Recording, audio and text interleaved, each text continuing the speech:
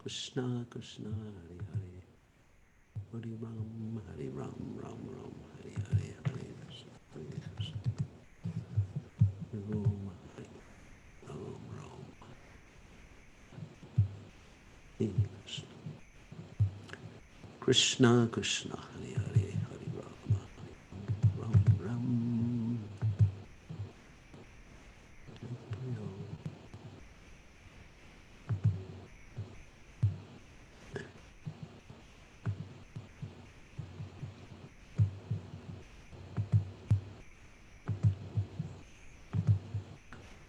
Okay, and welcome to the evening Bhagavad Gita class. So, let's see, we're going to start. Put everybody on mute.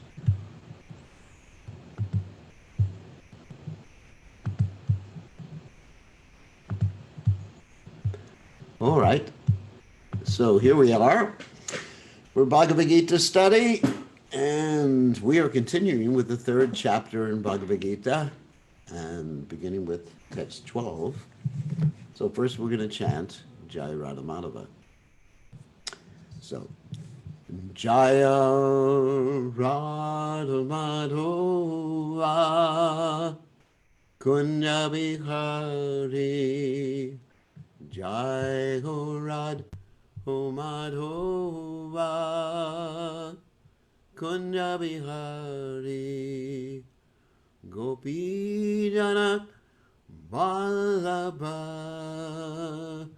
Girivardhari Gopi Jana Vallabha Girivardhari Yashodanandana Rajajana Ranjana Yashodanandana Rajajana Ranjana Yamuna Tirabanachari Yamuna Tira Manachari Jayo Radhamad Ava Kunya Bihari Jayo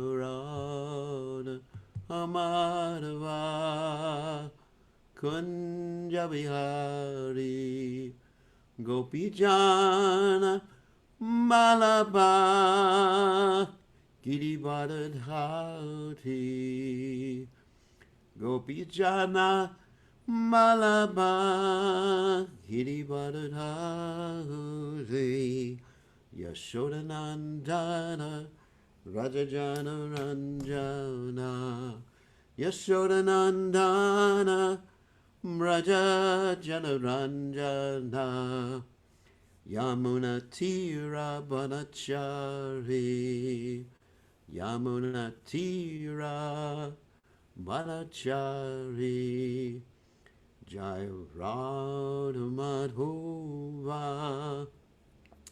Kunya Bihari Jai Radha Madhava Kunya Bihari Jai Om Vishnupad Paramahansa Paravatikacharya All Sutra Satashi Shimad His Divine Grace Abhaya Charananda Bhaktivedanta Goswami Srila Prabhupada Ki Jai ISKCON Founder Acharya Srila Prabhupada Ki Jai Anantakoti Vaishnava Vrinda Ki Jai Namacharya Srila Haridas Thakur Ki Jai Prem Se Gaho Shri Krishna Chaitanya Prabhu Nityananda Shidwaita Gadadha Shivasati Gaur Bhaktivinoda Ki Jai Shri Shri Radhakrishna Go Bhagavata Sayam Kun Radhakunda Giri Govardhan Ki Jai Vrindavanam Ki Jai Maturam Ki Jai Jagadadha Sami Ki Jai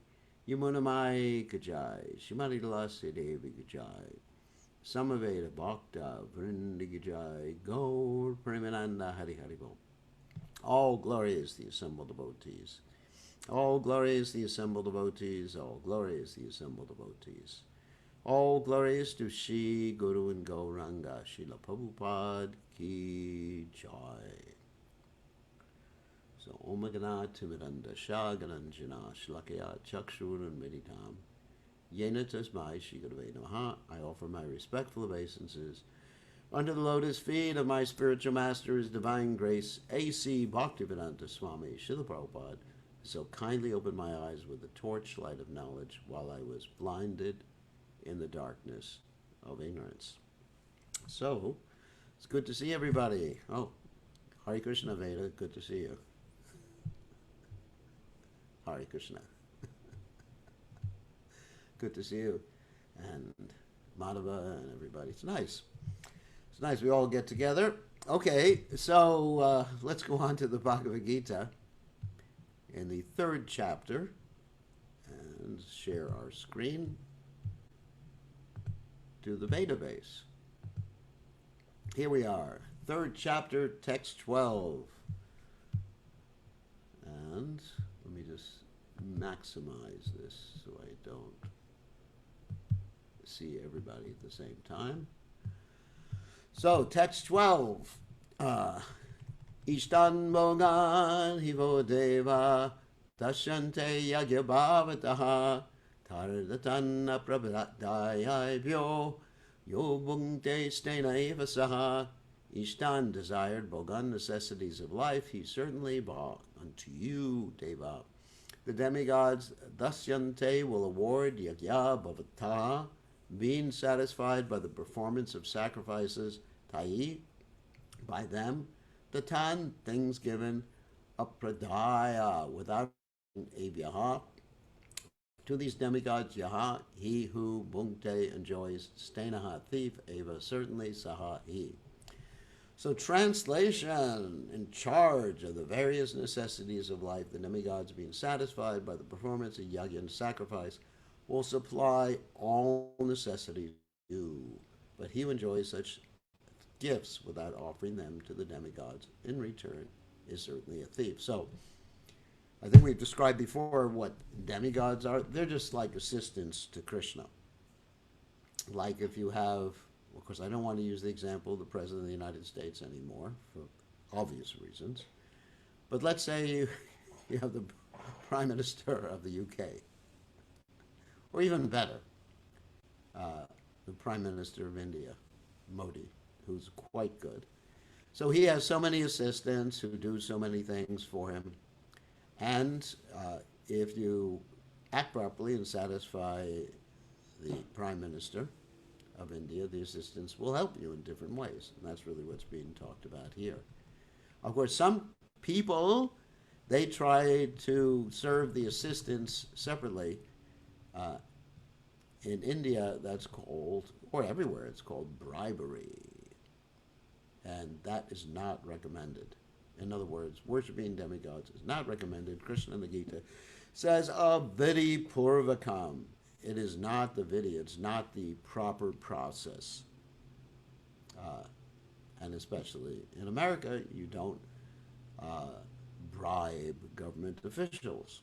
And in India, you can't do it now either, because there's actually many measures put into place to prevent this sort of corruption.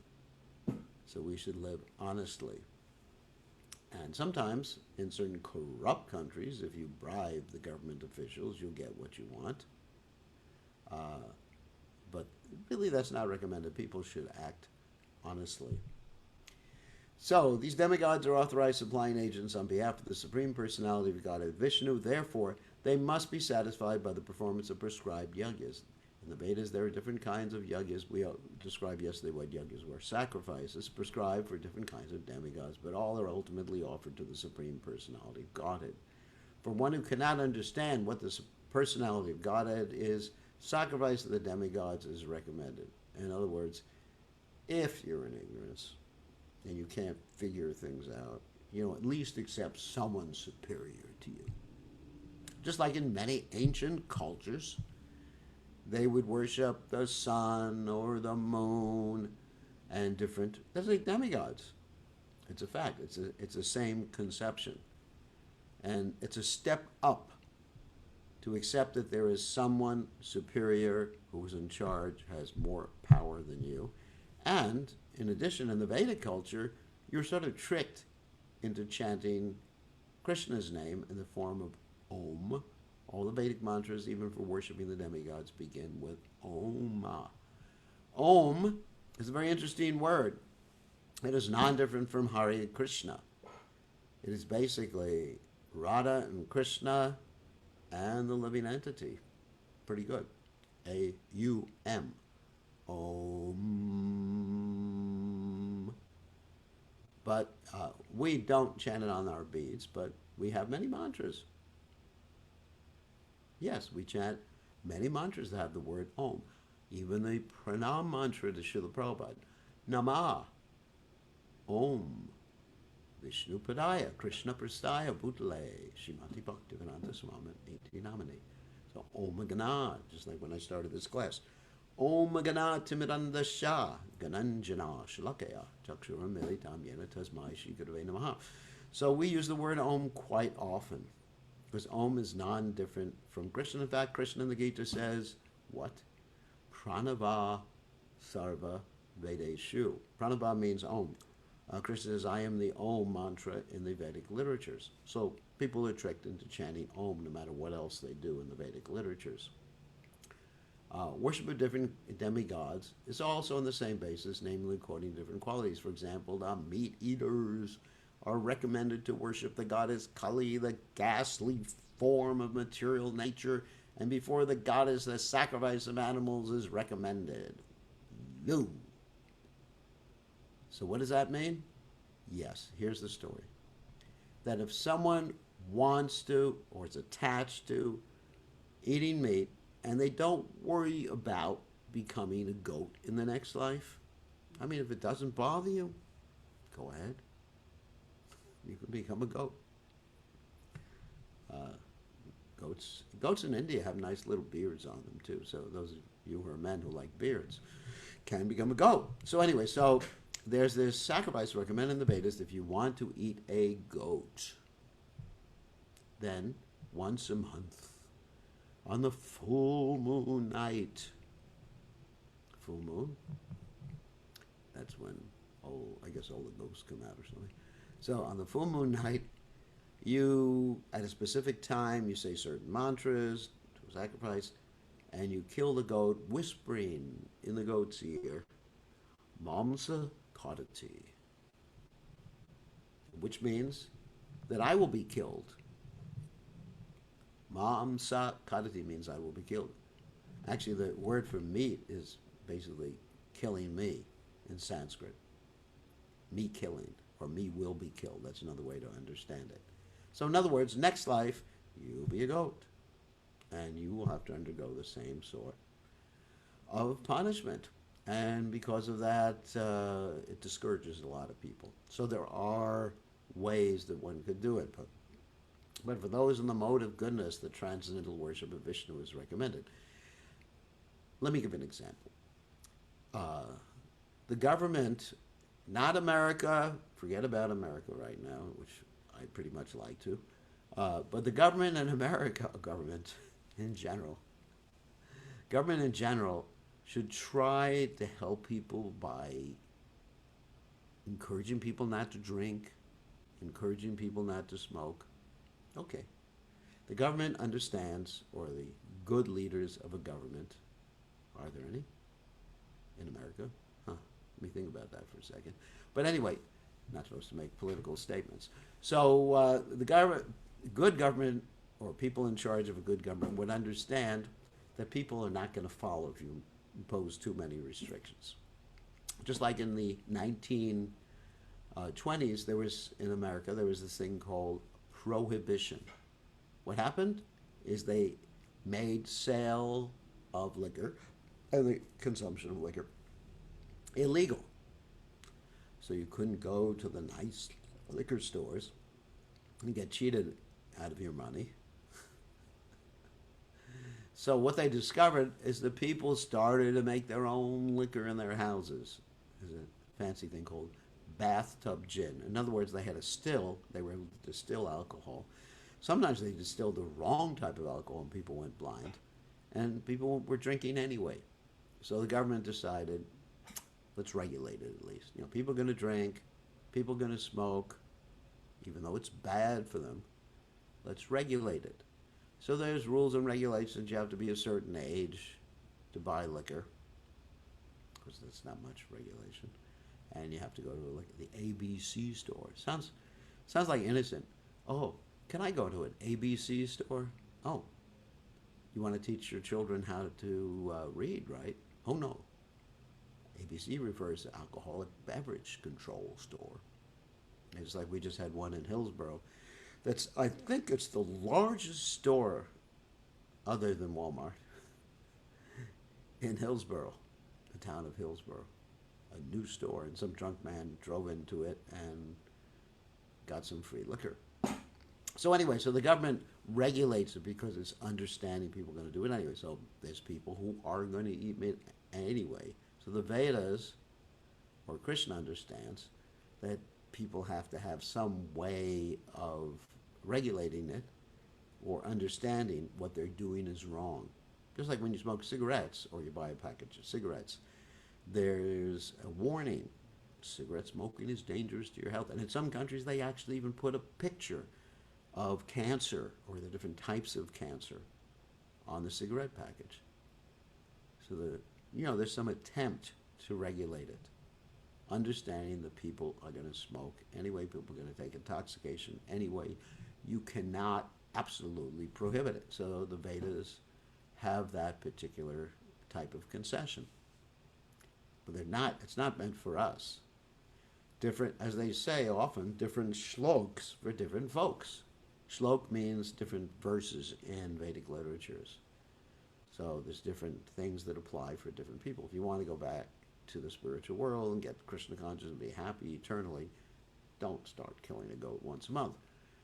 So for ordinary men, at least 5 yajnas known as Pancha Maha Yajna are necessary. Don't worry about it. Not for us. One should know, however, that all necessities of life that the human society requires are supplied by the demigod agents of the Lord. No one can manufacture anything. Take, for example, all the eatables of human society. These eatables include grains, fruits, vegetables, milk, sugar, etc. for the persons of the mode of goodness, and also eatables for the non-vegetarians, like meats, none of which can be manufactured by men. Then again, take, for example, heat, light, water, air, etc., which are also necessities of life. None of them can be manufactured by the human society. Without the Supreme Lord, there can be no profuse sunlight, moonlight, rainfall, breeze, etc., without which no one can live. Obviously, our life is dependent on supplies from the Lord. Even for our manufacturing enterprises, we require so many raw materials like metal, sulfur, mercury, manganese, and so many essentials, all of which are supplied by the agents of the Lord with the purpose that we should make proper use of them to keep ourselves fit and healthy for the purpose of self-realization, leading to the ultimate goal of life, namely liberation from the material struggle for existence. This aim of life is attained by performance of yajnas. We described yesterday that's what is meant by Sankirtan Yajna. That's all we have to do. Sankirtan Yajna, the chanting. Don't worry about these other yajnas. Don't worry about the demigods, They'll take care of themselves if you satisfy Krishna. If you satisfy Krishna, they'll have to behave themselves. I mean, there's that story in Krishna Lila, how one demigod, his name was Indra, wasn't satisfied by people because they weren't offering to him what he thought was his due. And he tried to kill people, and Krishna protected them by lifting a whole hill, Govardhan Hill. And there's many other stories like that, too. If we forget the purpose of human life and simply take supplies from the agents of the Lord for sense gratification and become more and more entangled in material existence, which is not the purpose of creation, certainly we become thieves, and therefore we are punished by the laws of material nature. A society of thieves can never be happy because they have no aim in life. The gross materialist thieves have no ultimate goal of life. They are simply directed to sense gratification, nor do they have knowledge of how to perform yajnas. And here's the information. Lord Chaitanya, however, inaugurated the easiest performance of yajna, namely Sankirtan Yajna, which can be performed by anyone in the world who accepts the principles of Krishna consciousness. Sankirtan means chanting with a lot of people or really concentrated, intense chanting that one is doing for themselves. That's Sankirtan, out loud, out loud. Now, there's another type of chanting which is called japa. Japa is more soft. Hare Krishna, Krishna Krishna, Hare Hare, Hare Ram, Ram, Hare Hare. And that is also a yajna. And the more you chant, the better it gets. It's a song that you never get tired of. It remains in the top 10, not only the top 10, the top 1, eternally. You can chant Hare Krishna eternally, and you'll never get tired. I've been chanting Hare Krishna for God knows how many years, 50 years, actually more than 50 years. And it gets better all the time. And the other day I chanted 67 rounds. And one of my disciples, a little boy, he chanted 80 rounds. Not little, he's a teenager. He chanted 80 rounds. And he felt completely ecstatic. And he was just like rolling on the ground in ecstasy. He was crying, wow, this is ecstatic. And of course, this comes from many, many lives of practice. Obviously, he was a devotee in his last life, probably an advanced devotee. And now I'm fortunate to have him as a disciple. So, next text.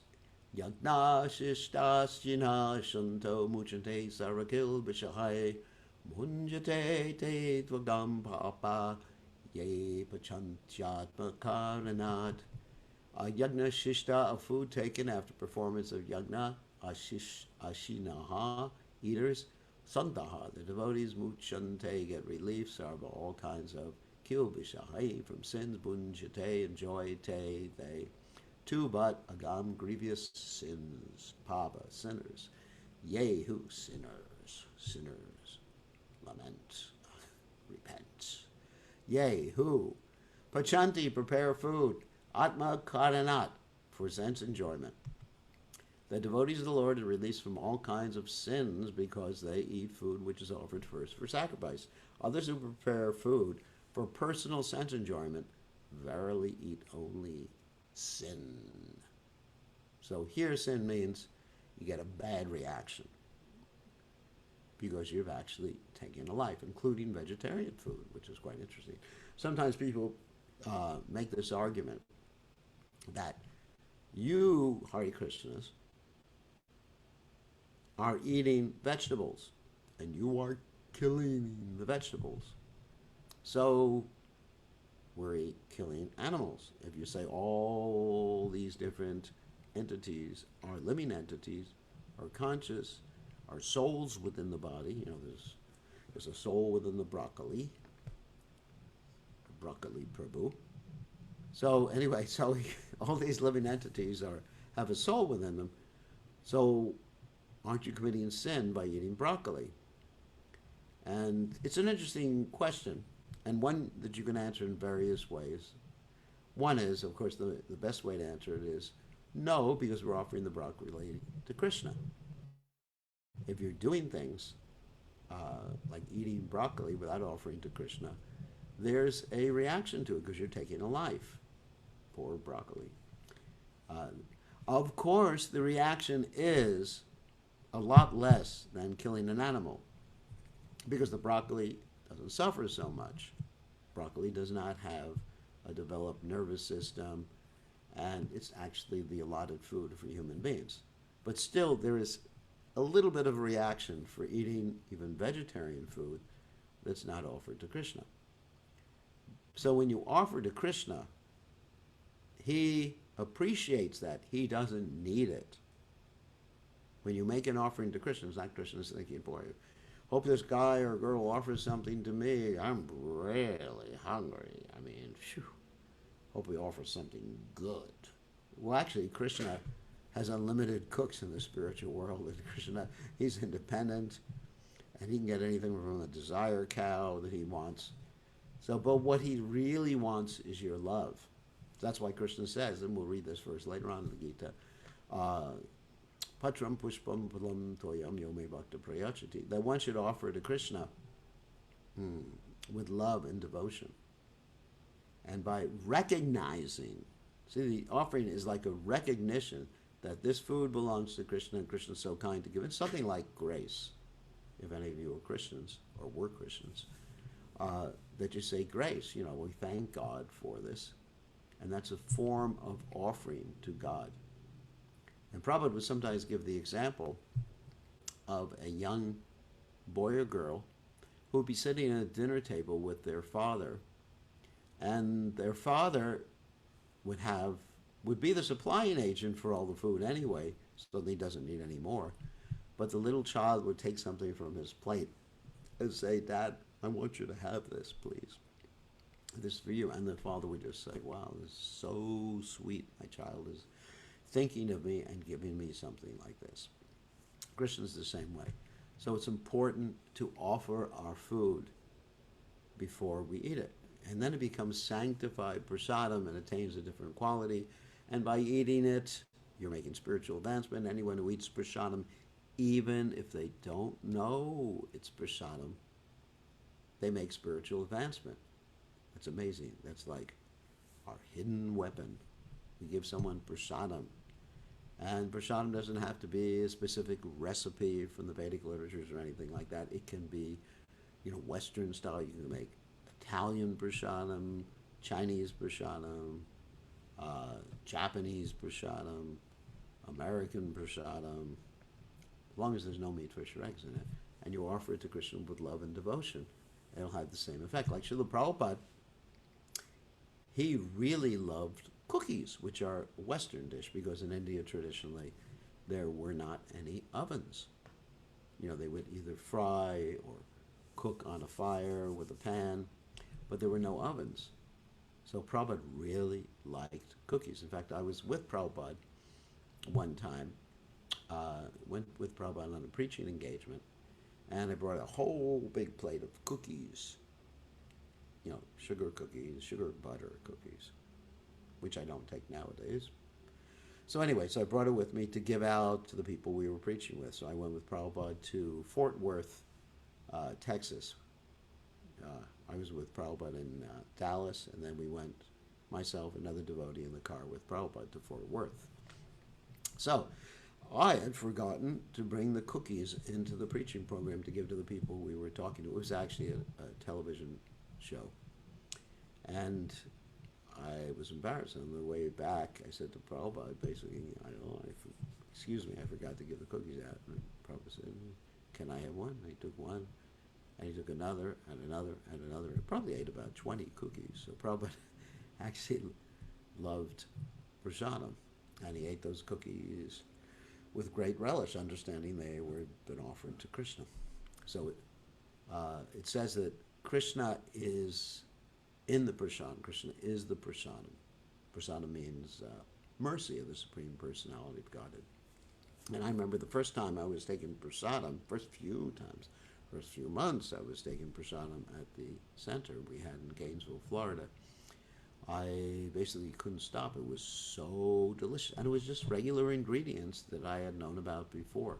But because it was offered to Krishna, it had that very special taste to it, the spiritual taste. I mean, sometimes people say, "What did you put into this thing?" They think we just slip some psychedelics in it or something. No, just love and devotion, just regular stuff, just whatever. Vegetables that are available in Walmart or wherever else you shop. And you offer it to Krishna. And it was delicious. I just remember it was just so nice. And even nowadays, when I eat or honor prasadam, I offer to Krishna, either on the altar here at Radha Golokananda or to my own deity, as Govardhan Chila. It's just very relishable and satisfying. Very wonderful. Okay. So, purport. Devotees of the Supreme Lord, or persons who are in Krishna consciousness, are called santas, and they are always in love with the Lord, as it is described in the Brahma Samhita. Santa means they are peaceful. Their minds are not agitated. So here's a verse from the Brahma Samhita, which was spoken by Lord Brahma when he saw Krishna face to face. Premanjana Charita Bhakti Vilochanena Santakshadaiva Riyeshu Vilokyanti. So it says the devotees, their eyes, this is a very poetic statement, their eyes are tinged with the salve, means like an ointment, of love of God, and therefore, the Saraiva, they can always see Krishna within their heart of hearts. So this is what it means to be a devotee. You always see Krishna. You're always in love and always communicate with Krishna. The santas being always in a compact of love with the Supreme Personality of Godhead, Govinda of all pleasures, or Mukunda, the giver of liberation. Mukunda also means he who has a beautiful face like a lotus flower. Or Krishna, the all-attractive person. They're all different names of the same person. And Krishna has unlimited names, and his potency is in all of his transcendental names. He's just invested all of his potency. Govinda means he gives pleasure to the senses, or gives pleasure to the cows. Mukunda means basically the giver of mukti or liberation, or I prefer the one with the beautiful face. And Krishna means one who attracts everyone and gives you ananda. Krishna, Ananda, like that, who gives you unlimited bliss and negates the material miseries. That's been my experience. The material miseries just disappear when you chant Krishna's name. It's the panacea. Panacea for all the material miseries. Just Krishna, Krishna, Govinda, Mukunda, Madhava, Yadava, Hari. So, cannot accept anything without first offering to the Supreme Person.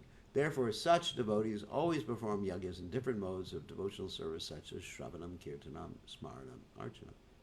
So what that means, those words mean, and that's a quote from Prahlad Maharaj in the 7th canto, 5th chapter, text 23 of Bhagavatam, means you're offering sacrifice to Krishna by hearing about Krishna or hearing his names, describing Krishna, chanting his holy names, etc. Smartam, remembering Krishna, doing worship of Krishna. I mean, there's 9 different methods.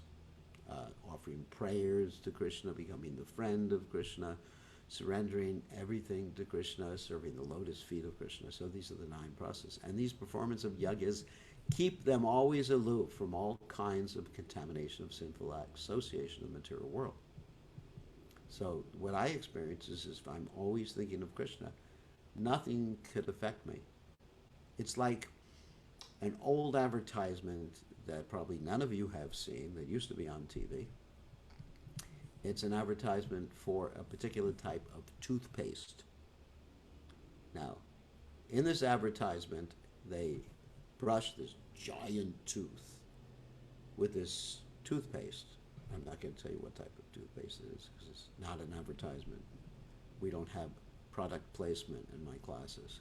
So they brush this tooth, giant tooth, with this toothpaste, and it makes an invisible shield around the tooth. And someone throws something at the tooth, and it, boom, bounces off. So when one has good sadhana, then whatever you come across in this world, it just bounces off. You're not affected by it, especially by lamentation, hankering, other people's energies. I mean, it's a real big thing. People just lay a trip on you. Sorry about that expression. People just, give you their energies like that. You just remain aloof, Hare Krishna, I'm so happy. The world's falling apart. Hare Krishna. Sometimes you run into people who are just like negativity personified. There's always complaining like that. Nobody loves me. Everything goes bad. And they just can bring you down. But once you have Krishna, it's just like, all right, I have Krishna. I've achieved success already. If anything else happens in the meantime, I mean, we tried our best, but, I've achieved success. Others who prepare food for sense gratification are not only thieves, but also the eaters of all kinds of sins. That means they get bad karmic reaction. That's all. It's not like, this word sin has a heavy connotation to it. You're a sinner. We're sinners. How can a person be happy if he's both a thief and sinful? It's not possible. Therefore, in order for people to become happy in all respects, they must be taught to perform the easy process of Sankirtan Yagya, chanting. Don't worry, be happy in full Krishna consciousness. Otherwise, there can be no peace or happiness in the world. So Prabhupada keeps repeating the same thing. Just chant. You don't have to change anything. Just chant. You don't have to learn all this Sanskrit that I'm reciting, memorize things. If you want to, that's nice. But you don't have to. All you have to do is chant and be absorbed in the transcendental sound vibration. Ekon Dharma. Ekon means one. There's one Dharma in this Kali Yuga, which is Krishna Nama Sankirtan, which is the chanting of Krishna's name. Everything else is secondary. Everything else, the way you dress, your hairstyle. Probably shouldn't go to a hairdresser right now because you might get the virus. But your hairstyle and, even this tilak, which I'm wearing, everything else is secondary. Just chant, be absorbed in chant. And that's what Prabhupada did when he came to America. He didn't ask the devotees to do anything. Be vegetarians, of course. But he simply went to this place in New York called Tompkins Square Park, and he chanted. And it changed the lives of everybody. He didn't tell anybody, basically what to do. He had classes, but he didn't impose that on people in the beginning. People didn't know who Prabhupada was in the beginning. And I remember the first time I heard Prabhupada on the radio chanting the Hare Krishna Maha Mantra. Changed my life completely. Even though I didn't had not come in contact with him or had not read his books at that particular point. Just hearing his chanting of the Hare Krishna mantra, my life just became perfect. Of course, from a material estimation, I sort of lost taste in things that weren't conducive to spiritual life. But from a spiritual point of view, my life became successful, and I'm just so happy I did it. So here's another verse here. Anadbhavanti bhutani parjanyarana sambhavaha yagyat bhavati parjanyo yagya karma samudbhavaha. Anat from grains, bhavanti grow, bhutani the material bodies, parjanyat from rains, ana food grains, sambhavaha production, yagnat from the performance of sacrifice, bhavati becomes possible, parjanyaha rain, yagna performance of yagna, karma prescribed duties, samudbhavaha. All living bodies subsist on food grains. Even the people who eat meat, they're subsisting on food grains, except they're eating the food grains indirectly. That is, the food grains are eaten by the animals, and then they eat the animals. Rains are produced by the performance of yagna, sacrifice, and yagna is born of prescribed duties.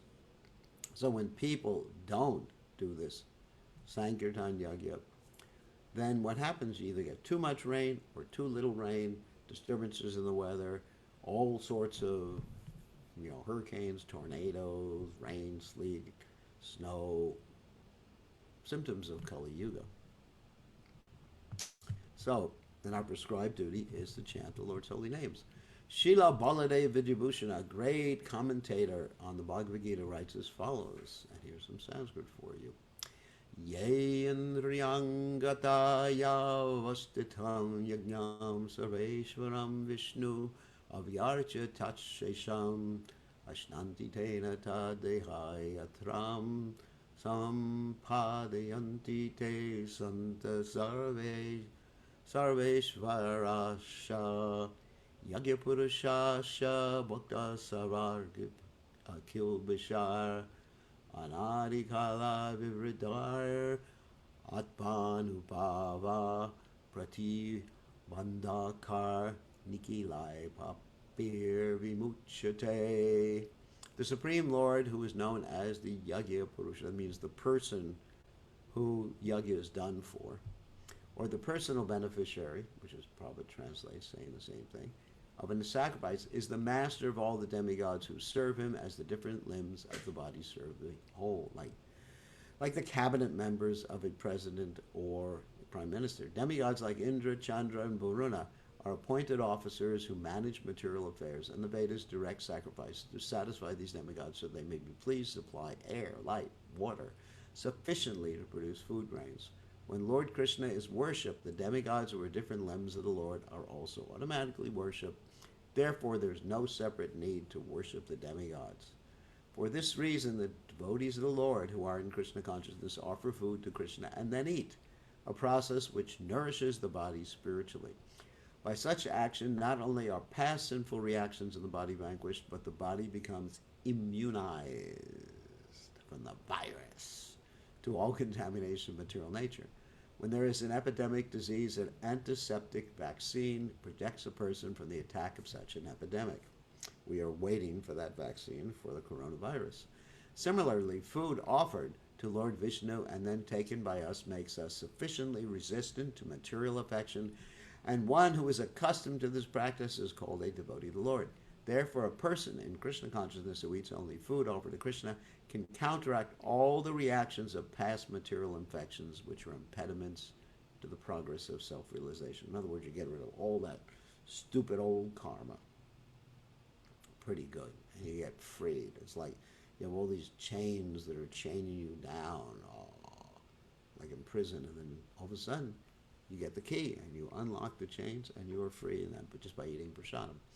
On the other hand, one who does not do so continues to increase the volume of sinful action, and this prepares the next body to resemble hogs and dogs, to suffer the resultant reactions of all sins. Not a good life.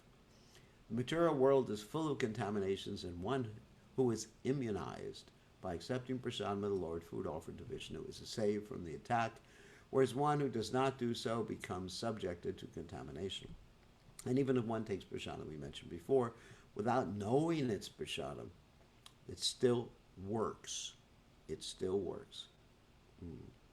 Prabhupada said, told me when we were feeding some ducks leftover prasadam when I was taking care of some kids, Prabhupada said that these ducks would take human births in the next life. So you can actually give mercy out to the animals just by giving them prasadam or having them chant the holy name. Of course, they won't chant, having them hear the holy names. Food grains or vegetables are factually eatables. The human being eats different kinds of food grains, vegetables, fruits, etc. And the animals eat the refuse of the food grains and vegetables, grass plants, etc. Human beings who are accustomed to eating meat and flesh must also depend on the production of vegetation. I mentioned this before, in order to eat the animals. Therefore, ultimately, we have to depend on the production of the field and not on the production of big factories. As Prabhupada would often say, you cannot eat nuts and bolts. The field production is due to sufficient rain from the sky, and such rains are controlled by the demigods like Indra, sun, moon, etc., and they are all servants of the Lord. The Lord can be satisfied by sacrifices, and therefore one who cannot perform them will find himself in scarcity. That is the law of nature. Yajna, specifically the Sankirtan Yajna, again, chanting, prescribed for the sage, must therefore be performed to save us at least from the scarcity of food supply. So what's happening in the modern day is there are all these artificial ways of growing food. Artificial fertilizer and what else? Artificial, and the plants are genetically modified, GMO, to make money for these big companies, and I'm not going to mention any of the big companies, but they're modified, and one thing is the plants and the vegetables, because of all this artificial stuff going on, especially artificial fertilizer and not having our heirloom plants. Heirloom means the original plants. The plants don't have the same nutrition that they used to have. And I remember when I was young, it's not just because I'm old, but when I was young, many of the fruits and everything would have a far more relishable taste than they do now. I mean, everything from tomatoes or tomatoes, depending what part of the world you're in, and to the different fruits, and peaches, pears, plums, nectarines. That's nice, a nectarine. Actually, I haven't had a plum or a nectarine in a long time.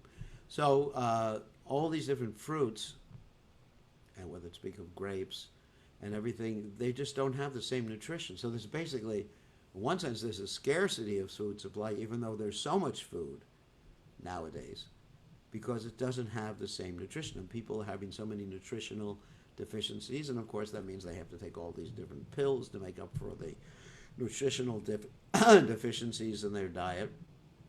And at the same time, they're getting so much poison.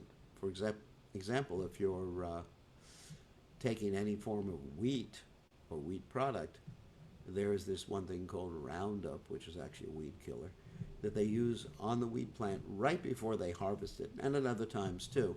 And it goes into the wheat, and it can cause cancer and so many other problems like that. So you may say, wow, with scientific advancement, the green revolution, we are doing so much to increase the food supply. Well, what you're doing is you're giving people food that is not nutritious and causing so many problems for people. And I could tell you that as a fact, based upon my own life, history, and eating different things.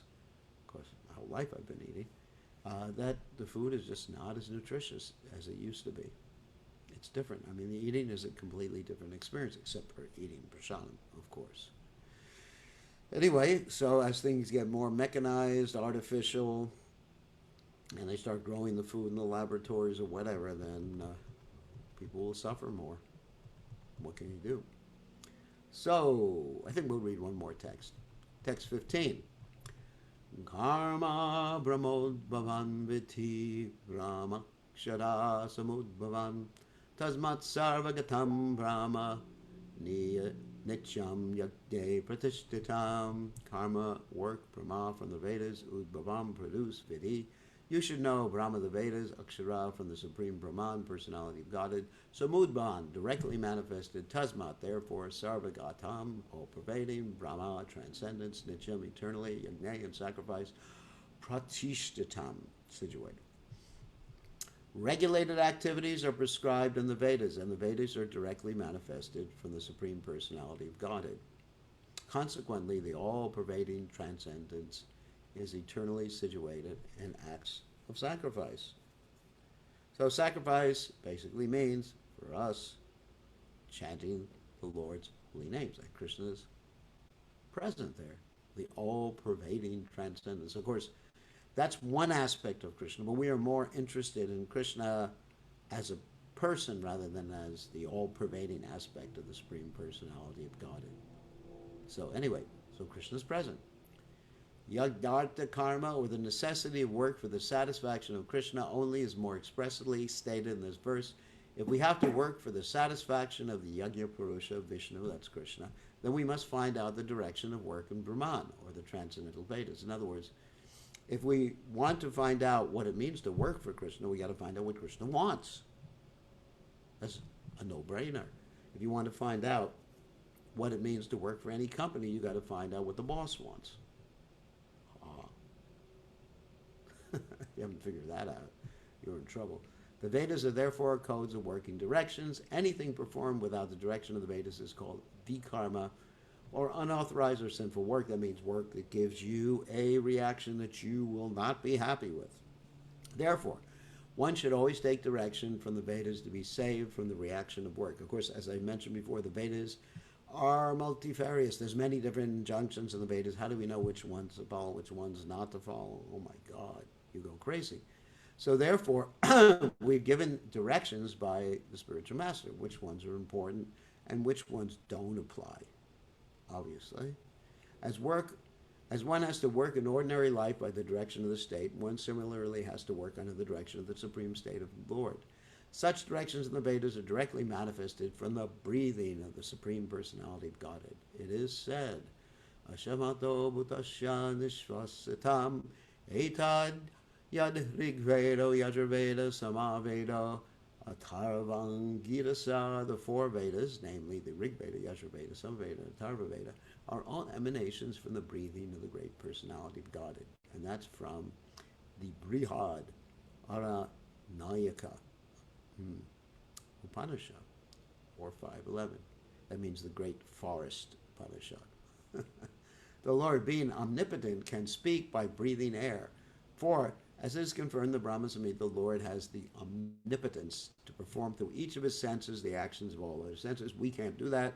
We can only see with our eyes, we can't see with our ears, we can't see with our fingers, and we can't taste with our fingers. So our senses are actually designated or limited. The Lord can speak through his breathing. He can impregnate by his eyes. In fact, it is said that he glanced over the material nature and thus fathered all living entities. That means at the time of creation, Krishna just looked at this blob of material nature before it became variegated. And all the living entities, that's including us, were put in there. Zap. And he's our Father. After creating or impregnating the conditioned souls in the womb of material nature, he gave us directions in the Vedic wisdom as to how such conditioned souls, us, can return home back to Godhead. We should always remember that the conditioned souls in material nature, us, are always eager for material enjoyment. But the Vedic directions are so made that one can satisfy one's perverted desires, then return to Godhead, having finished his so-called enjoyment. So in other words, don't worry if you have all these little desires. You can be satisfied. It is a chance for the conditioned souls, us, to attain liberation. It means get the heck out of here. Go back to the spiritual world where there's no birth, no death, no old age, thank God, and no disease. Therefore, the conditioned souls must try to follow the process of yajna. There's the sankirtan again, by becoming Krishna conscious. Even those who have not followed the Vedic injunctions may adopt the principles of Krishna consciousness, and that will take the place of performance of all these Vedic yajnas or karmas. That's all you got to do. Just take up Krishna consciousness, chant the Lord's holy names, and be happy. So we will end, and tomorrow we will continue with verse 16 in this chapter. So now we're going to take some questions from all of you. Well, we got quite a few people tonight. Let me take you off of mute so you can ask some questions. Give me 1 second. Unmute or unforcibly mute everybody. And now you can ask questions. Who wants to ask a question? Who's brave? Any very brave people there? Oh, Veda, you want to ask a question? Great. Yeah, it's kind of a mundane question, but I've been wondering it a bit. Um, so when you have like animals, like, dogs and cats, you have to feed them meat, right? So is that That's their natural food. okay? Yeah. For them, they're not accruing any karma for eating meat because that's what they're meant to eat. They're meant to eat meat. We are not. I mean, even physiologically, you can see that a dog or a cat. I mean, I always tell the story about how I used to have a cat and dogs, but anyway, a cat, and the cat would practically every other day bring me an offering of a dead bird. So the cat loved me very much, and the cat thought the best thing in the world is a dead bird. So let me bring it to that sannyasi. No, anyway, let me bring it.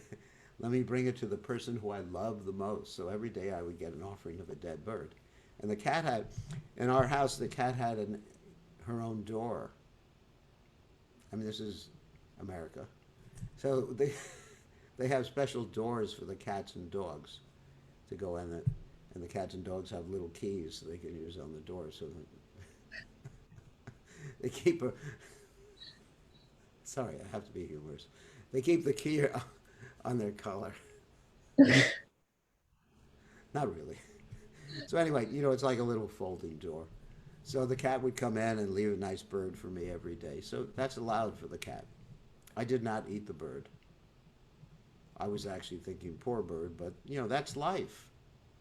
There's a specific type of food for each and every living entity, and the tiger's food is us. So if the tiger eats a human being, it's not sinful. But if we eat a human being, it's pretty bad. One of the places that I visit and preach to it is known as the Cannibal Islands. The Cannibal Islands, that's Fiji. And so when the first ministers went there, not the Hare Krishnas, they would eat the minister and also try to eat his boots also, since they had never seen boots before. They would cook the boots and make soup from the boots. So that's cannibalism. And fortunately, they don't eat people anymore. So, but that, anyway, human beings are not meant to eat human beings.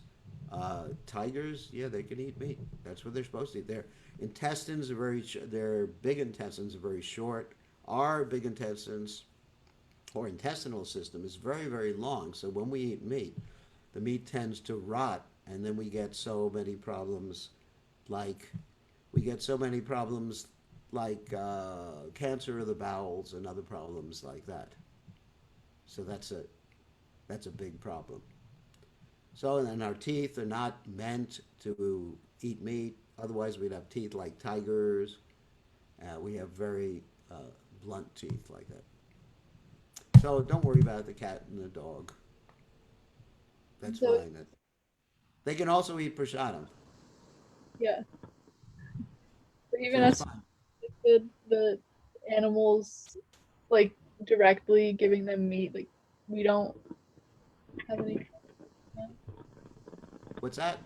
Well, usually, I mean, originally they used to catch the meat by themselves. So uh, I guess sometimes it may be all right because otherwise they'll get sick and die. But you just give them prasadam too. Give them some prasadam, and that way they're assured human bodies in the next life. That's the main thing. Rishikesh, you are not on mute, and we get a chance to hear you. Unfortunately, shifting your microphone around. So, Thank you, Gurudev. okay, thank you. So, who else has a question? Hare Krishna Maharaj, I have a please question, accept my Maharaj. humble obeisances. Looks Um, cold. Looks cold in New Zealand. yes, it is cold, Maharaj. So we cannot avoid our obligation to perform the sacrifices born of our prescribed duty, no matter Right. what. So can you please explain a bit more? That means that we have a certain nature.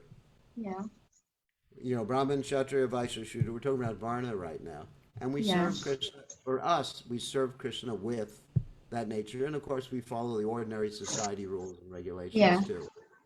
yeah. Uh, but that doesn't mean we worship demigods or anything like that. It just means that we serve Krishna according to our natural propensities.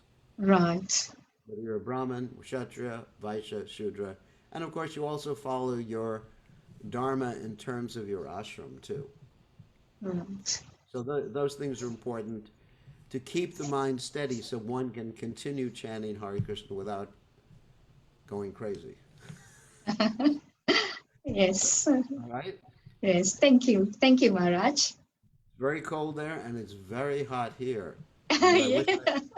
I wish I had spent the whole day in the swimming pool. I was in the swimming pool today, but I wish I had spent the whole day there. Jai. Yes. Yeah, the, but the owners of the swimming pool won't let me go except for a few minutes a day. They're wonderful. It's nice.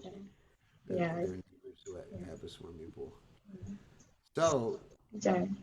we have another question, Rishikesh. Oh, Radha Padma. Hare Krishna. Oh, Okay. let Radha Padma ask a question. Okay.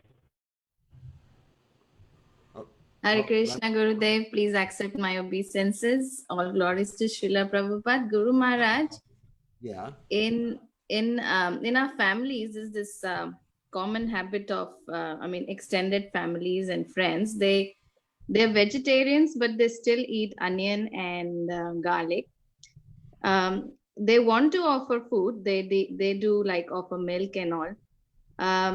Is it possible that they offer food that is cooked with onion and garlic, and then slowly, gradually, that habit of Yeah, putting I onion? mean, yeah, I understand your question. Just encourage them like that. At least they're accepting the principle of offering.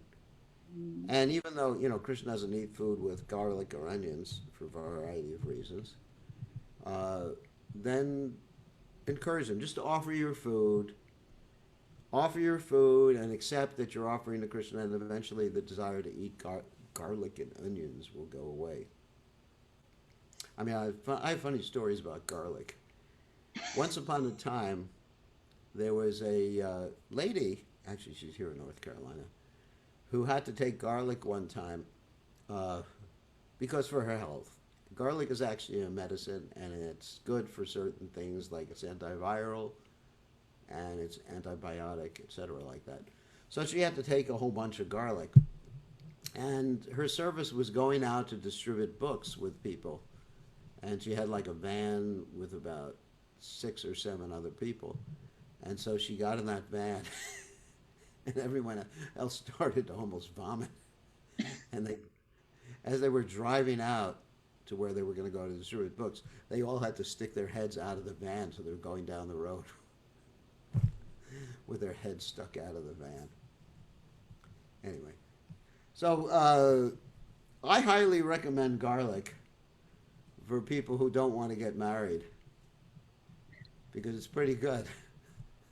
It's pretty good. If someone wants to stay single, I mean, if you eat like a raw garlic clove a day, I think that you'll probably avoid any sort of interaction with other people.